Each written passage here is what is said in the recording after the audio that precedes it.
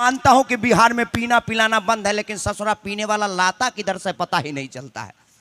नहीं, सच्ची बात बता रहे सर। लेकिन ये संगीत का जाम है, हम पूरे परिवार के साथ पी सकते हैं, लेकिन अंग्रेजी पिएंगे तो कहीं कहीं पुलिस वाले भी पकड़ लेते हैं। लेकिन संगीत का जाम एक ऐसा जाम है जिसे पीने में दुनिया की कोई पुलिस नहीं पकड़ सकती।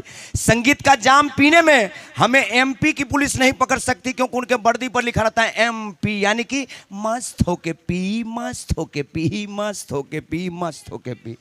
और संगीत का जाम पीने में हमें उत्तर प्रदेश की पुलिस भी नहीं पकड़ सकती, क्योंकि उनके वर्दी पर लिखा रहता है यूपी, यानी कि उतर जाए तो फिर पी, उतर जाए तो फिर पी, उतर जाए तो फिर पी।